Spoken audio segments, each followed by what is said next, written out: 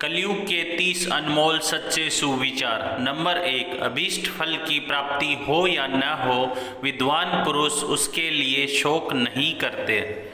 Number 2, जो सज्जनता का अतिक्रमण करता है उसकी आयु, संपत्ति, यश, धर्म, पुण्य, आशीष, श्रेय नष्ट हो जाते हैं। नंबर 3, किसी के प्रति मन में क्रोध रखने की अपेक्षा उसे तत्काल प्रकट कर देना अधिक अच्छा है।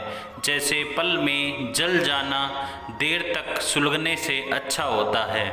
नंबर 4, अमृत और मृत्यु दोनों इस शरीर में ही स्थित है। मनुष्य मोह से मृत्यु को और सत्य से अमृत को प्राप्त होता है। नंबर 5, दूसरों के लिए भी वही चाहो जो तुम अपने लिए चाहते हो।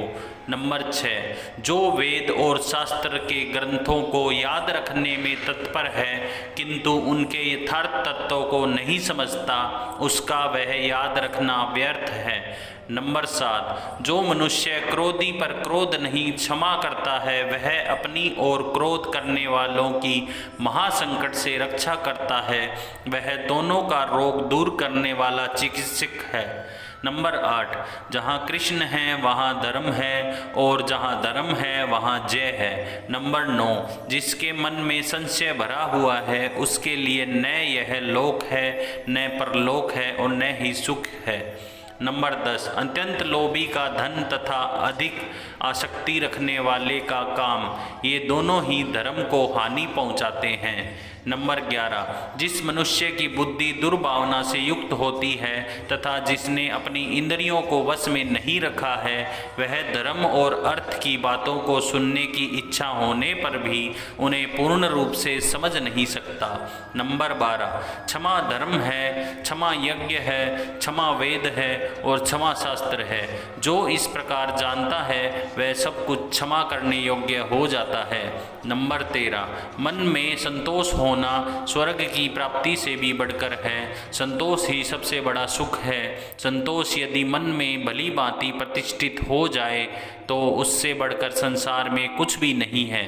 नंबर 14, दुख को दूर करने की एक ही अमोघ औषधि है, मन से दुखों की चिंता न करना।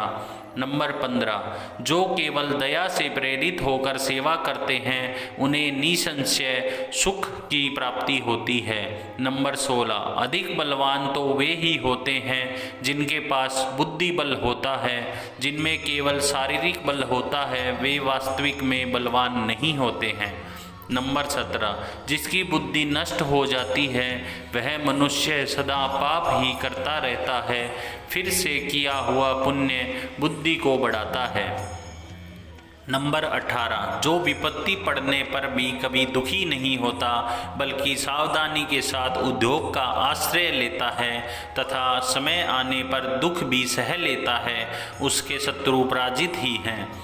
नंबर 19, जो मनुष्य अपनी निंदा सह लेता है उसने मानो सारे जगत पर विजय प्राप्त कर ली। नंबर 20, संसार में ऐसा कोई नहीं हुआ है जो मनुष्य की आशाओं का पेट भर सके। पुरुष की आशा समुद्र के समान है, वह कभी बढ़ती ही नहीं है। नंबर 21, माता के रहते मनुष्य को कभी चिंता नहीं होती, बुढ़ापा उसे अपनी ओर नहीं खींचता।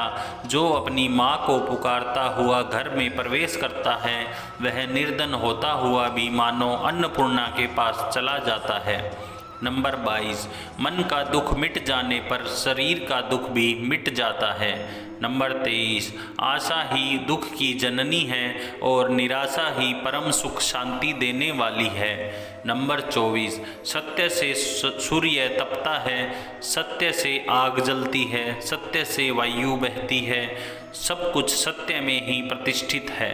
नंबर 25, जो मनुष्य नाश होने वाले सब प्राणियों में समभाव से रहने वाले अविनाशी परमेश्वर को देखता है वही सत्य को देखता है। नंबर 26, जैसे जल द्वारा अग्नि को शांत किया जा सकता है वैसे ही ज्ञान के द्वारा मन को शांत रखना चाहिए। नंबर 27, स्वार्थ की अनुकूलता और प्रतिकूलता से ही मित्र और शत्रु बना करते हैं। नंबर 28, मनुष्य जीवन की सफलता इसी में है कि वह उपकारी के उपकार को कभी न भूले, उसके उपकार से बढ़कर उसका उपकार कर दे। नंबर 29, विद्या के समान कोई नेत्र नहीं है। नंबर 30, जैसे तेल के समाप्त हो जाने पर दीपक बुझ जाता है, उसी प्रकार कर्म के क्षीण हो जाने पर देव भी नष्ट हो जाता है।